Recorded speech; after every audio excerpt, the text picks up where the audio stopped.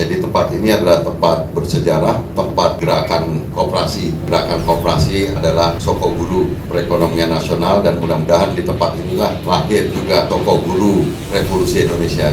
Indonesia ini habis copet, sekarang dirampok, dan kemudian kita sekarang sedang menemukan siapa perampoknya, dan kemudian menemukan lagi dan mengembalikan lagi Indonesia. Rencananya insya Allah kita dengan pertemuan ini kita ingin rebut lagi Indonesianya.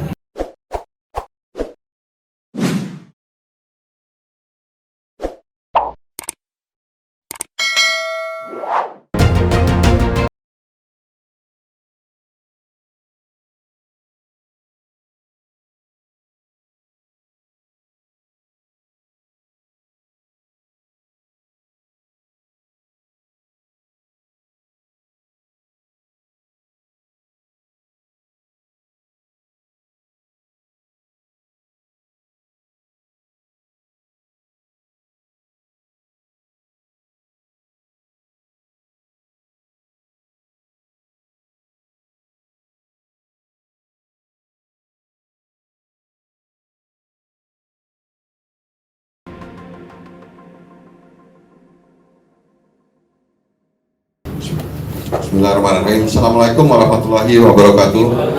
Salam sejahtera untuk kita semua. Selamat siang. Yang saya hormati teman-teman seperjuangan semuanya.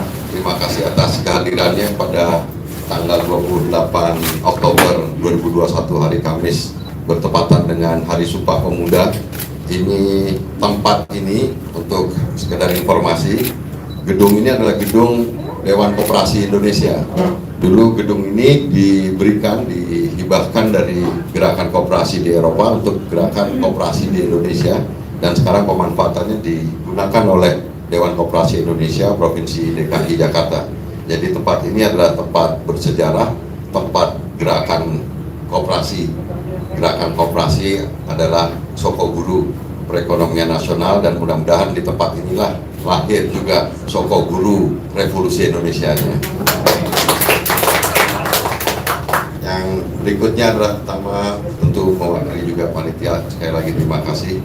Dan soal nama perhimpunan menemukan kembali Indonesia ini sebenarnya bukan merupakan organisasi yang sudah kita bentuk berbulan-bulan, berhari-hari, tetapi ini hanya merupakan penamaan untuk memudahkan kita mengundang teman-teman semuanya. Dan salah satu yang ikut menggagas namanya itu adalah Mas Rocky Gerung. Jadi kata Bung Rocky Gerung ini, terutama setelah periode berapa tahun, 1 dekade ini, memang Indonesia ini habis dicopet, sekarang dirampok, hilang, dan kemudian kita sekarang sedang menemukan siapa perampoknya, dan kemudian menemukan lagi dan mengembalikan lagi Indonesia. Rencananya insya Allah kita dengan pertemuan ini kita ingin rebut lagi Indonesianya. Dan sebagai pimpinan Dewan Koperasi Indonesia, saya sekarang merasa bahwa gerakan koperasi itu juga hilang, Bung Rocky dan Bung Saganda dan teman-teman semua. Kenapa? Karena memang ternyata meskipun di dalam konstitusi kita nama koperasi itu ada, tetapi memang sekarang sudah tidak menjadi faktor, karena memang ternyata negara Indonesia yang punya konstitusi menempatkan koperasi sebagai soko guru itu justru malah memberikan porsi yang lebih besar, bukan juga ke BUMN, tapi malah ke perusahaan swasta, badan usaha, bisa swasta dalam negeri dan multinasional corporation. Dan belakangan justru juga terbuka bentuk sebagai yang kita sebut sebagai kapitalisme negara dari Tiongkok ke Indonesia. Jadi saya merasakan betul bagaimana gerakan koperasi sekarang menjadi bagian yang periferi. Harusnya sekarang gerakan koperasi harus dikembalikan lagi ke jalur yang benar, menjadi sistem ekonomi Pancasila. Karena itu tetap menjadi sistem yang ada di dalam konstitusi kita. Tapi di sisi yang lain, kami gerakan koperasi juga merasa bahwa tidak bisa berjuang sendirian.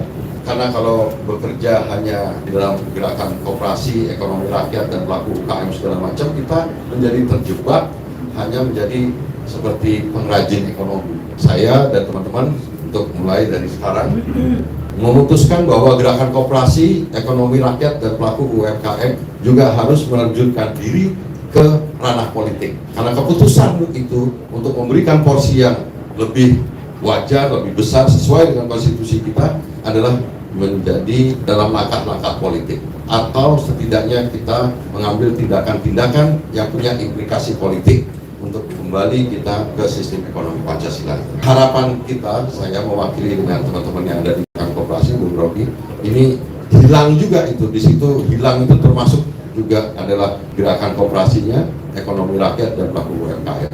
Jadi Bapak, teman-teman semua, Bapak Ibu semuanya, ini kesempatan sebenarnya Sumpah Pemuda ini kita ingin, kalau bahasa Soekarno, dulu kita berjuang mendeklarasikan Sumpah Pemuda itu menjadi modal sosial kita untuk bersatu di atas keanekaragaman itu. Kemudian dilanjutkan di tahun 45 dengan kemerdekaan. Itulah sebenarnya tujuan dari persatuan Indonesia, untuk kemudian menggunakan wadah kemerdekaan, ruang kemerdekaan itu untuk kemanfaatan semua. Jadi semua, harapannya dulu adalah untuk semua. Sekarang semua adalah tidak untuk semua. Harapannya hari ini kita wujudkan, kita tegakkan semua untuk semua. Nah, tambah lagi sekarang dengan segala hormat bahwa perkembangan negara kita di bawah pemerintahan Jokowi hari ini, menurut pendapat saya terlalu subjektif mendukung dan cenderung kepada negara Tiongkok. Dengan segala konsekuensinya, itu menimbulkan hal-hal yang mencabut hak-hak kedaulatan, juga merugikan. Termasuk juga subjektivitas pemerintahan ini juga mengakibatkan kita, pemerintah, terutama pemerintah, kehilangan objektivitasnya untuk bisa bersikap tegas terhadap negara-negara yang berpotensi melanggar kedaulatan kita. Ada kapal Coast Guard mondar-mandir, diam. Ada kapal riset yang kita nggak tahu risetnya riset apa, hasil risetnya digunakan oleh pemerintah kita, itu kita diam. Dan banyak sekali juga proyek-proyek yang kemudian bertujuan hanya untuk menyenangkan negeri Tiongkok, penguasa Tiongkok, seperti kereta api cepat Jakarta-Bandung yang Garuda yang punya sendiri didiemin, tapi uang APBN digunakan untuk proyek kereta api cepat Jakarta-Bandung. Yang Ferry Juliantono sejak 2016 sebagai waktu itu masih jadi Ketua Gerindra Jawa Barat adalah bersama Mas Radar adalah pertama kali kita menentang proyek kereta api cepat Jakarta-Bandung. Karena yang dibutuhkan oleh rakyat kita adalah kereta api Jakarta-Surabaya. Karena memang rakyat mudik segala macam butuh gitu. Dan oleh karena itu banyak contoh yang lain. Nanti Mas Faisal Basri masih Zoom meeting, dia juga akan bawa betapa pertambangan dan sektor-sektor yang lain itu juga menunjukkan bahwa pemerintahan kita kehilangan objektivitasnya dan menjadi subjektif, budek, tidak mau mendengar kritik dan lain sebagainya. Dan menurut saya ini harus kita dengan berkumpul di sini, harapannya saya sebagai tuan rumah pada teman-teman semuanya, kita harus bangun kekuatan untuk bisa mengimbangi kekuatan yang sekarang ada di dalam pemerintahan yang didukung oleh kekuasaan dari pemerintahan yang berkuasa di Tiongkok. Dan kebetulan Bapak Ibu semuanya, saya perlu menambahkan kecenderungan dinamika politik internasional sekarang menunjukkan bahwa ada tanda-tanda bahwa Tiongkok sekarang quote-unquote menjadi semacam musuh kolektif dari bangsa-bangsa atau negara-negara lain di kawasan Asia Tenggara, Asia, Eropa, dan yang lain-lainnya. Karena ternyata mereka memang merasa memiliki masalah yang sama terhadap Tiongkok. Dan saya mencermati bahwa masalah yang muncul di Tiongkok beberapa waktu belakangan ini pasti akan memberikan dampak terhadap pemerintahan kita, karena pemerintahan kita memang terlalu Tiongkok juga. Jadi oleh karena itu mungkin ini situasinya hampir mirip seperti tahun 45 ketika Jepang menyerah kepada sekutu. Indonesia di Jakarta kita perlu membentuk panitia, semacam panitia persiapan kemerdekaan Indonesia.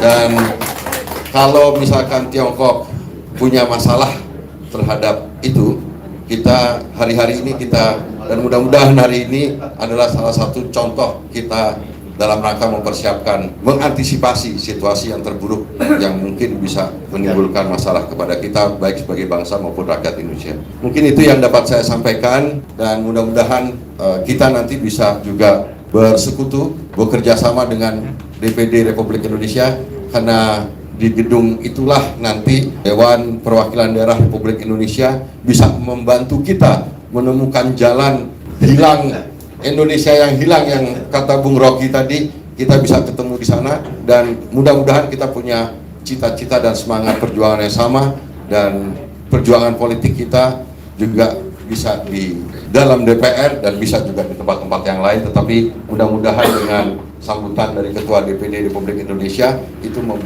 membuka ruang harapan kepada kita bahwa perubahan itu tidak dari kita sendiri, tetapi cita-cita dan niat perubahan itu juga sekarang terbuka di gedung DPR, khususnya di Dewan Perwakilan Daerah Republik Indonesia.